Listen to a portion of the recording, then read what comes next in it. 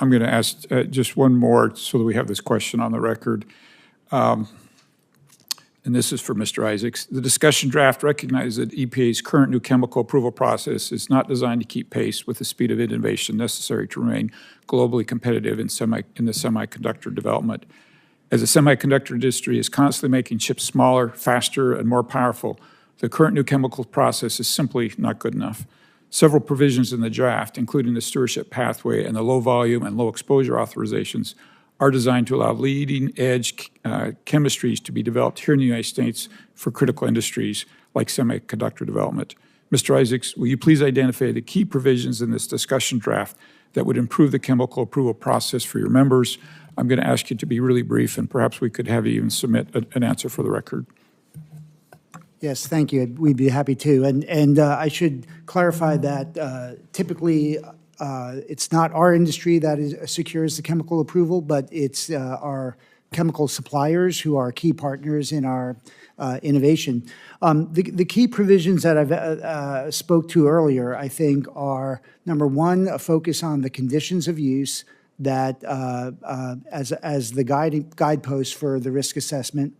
Number two, a pathway for low volumes that allows EPA to make certain determinations, taking into account those low volumes and the controls that are in place.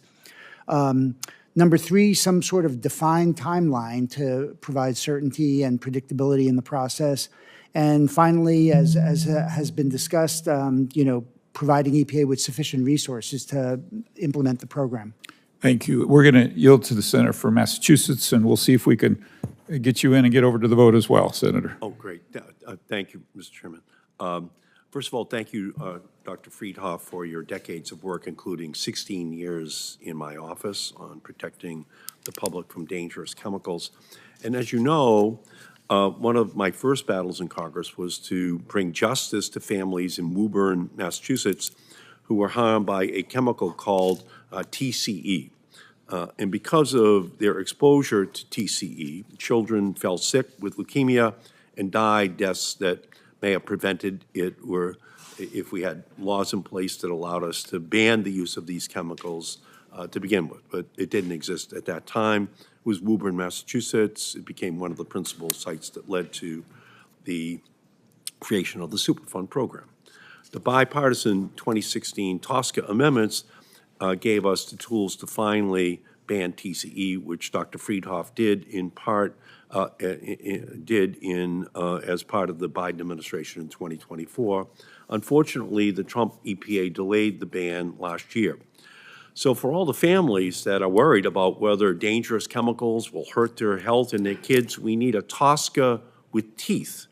But this discussion draft would defang TSCA. When I helped craft the fee authorization 10 years ago, the intent was not to require us to reopen the entire statute 10 years later, just to renew the EPA's ability to issue fees. We don't need to hammer at TSCA's foundation by weakening safety standards, creating new loopholes to exempt chemicals from review or allow industry to call the shots on scientific standards. So the Trump administration is already working to undermine TSCA without any legislative changes. In just over a year, President Trump has fired EPA scientists and regulatory experts that together held hundreds of years of knowledge and experience, losing around 1 out of every 4 EPA employees. So, Dr. Friedhoff, has the Trump administration taken any real action on existing chemicals in the past year? No, there hasn't been a single proposed or final rule for an existing chemical under TSCA in the last year. They did say that formaldehyde doesn't cause cancer. I think that was an action they took. So they have finished some risk evaluations. They revised the formaldehyde risk evaluation. It's important to note that risk evaluation completion is actually under a court-ordered consent decree. But for all of the other work, the rules that the Biden administration proposed but didn't finalize, those remain unfinalized. And rules for risk evaluations that were finished by the Biden administration have not been proposed. So to put it bluntly, would this draft legislation make it easier or harder for EPA to get dangerous existing chemicals off the market?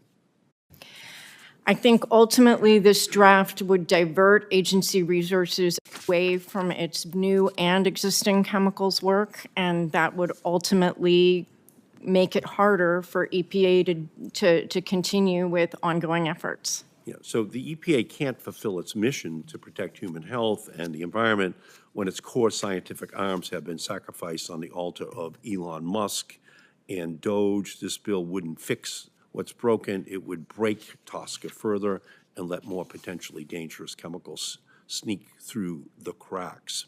So this bill would only allow EPA to review a chemical's uses that are identified by the manufacturer, preventing EPA from doing its own assessment of all the ways a chemical could reasonably be used. Dr. Friedhoff, would limiting the EPA's review of reasonably foreseeable uses potentially expose more Americans to harm? It's certainly possible, if the way that the original company wants to use the chemical is safe, that's great.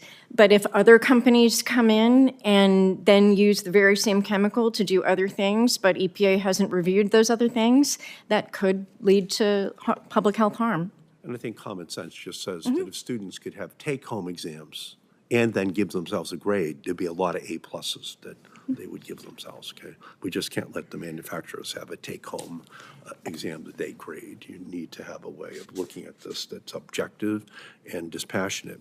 So from my perspective, EPA doesn't have the power to police how every individual customer might use a chemical once it's on the market, but EPA should have the power to prevent people from being hurt by chemicals on the market.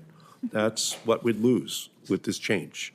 This bill doesn't just mean fewer chemicals would get reviewed. It also means that the reviews that would happen wouldn't actually keep people safe. Chemical companies are responsible to their shareholders, not to the American public. These companies fight lawsuits while American families fight cancer. And that's why EPA and TSCA exist, so that someone is responsible for the health and well-being of the American public. If chemical companies get to set the rules of engagement, EPA might as well walk off the field. And that's where we were in 1979 and 1980 in Woburn, Massachusetts. I brought the EPA in. I brought the investigators in. It eventually became a book called A Civil Action. It eventually became a movie called A Civil Action that Robert Redford produced and John Travolta played the lawyer. But it was only to combat these companies that were going to sue all the way. They weren't going to admit the harm that their chemicals, TSCA.